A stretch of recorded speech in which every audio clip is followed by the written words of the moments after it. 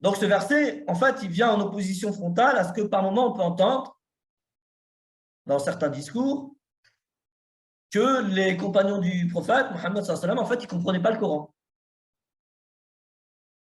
Et c'est pour ça que par moment, ils posaient des questions, ou par moment, en fait, Jibril venait leur enseigner, en disant, yu'allima dinakum, leur enseigner leur dîne.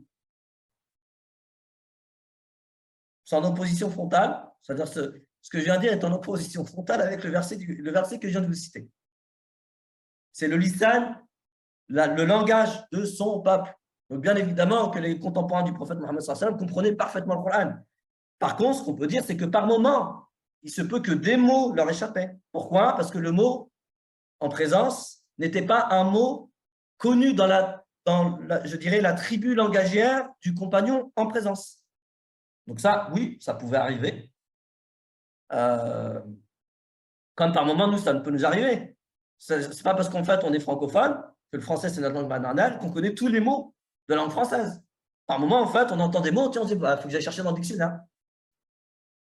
Donc, le questionnement de certains compagnons, en fait, sur certains mots, ne veut pas dire qu'ils ne comprenaient pas en fait, le Coran. Si, ils prenaient le Coran dans sa majorité, il y avait des passages du Coran ou des mots du Coran qui pouvaient être non connus. Et à ce moment-là, effectivement, ils posaient la question.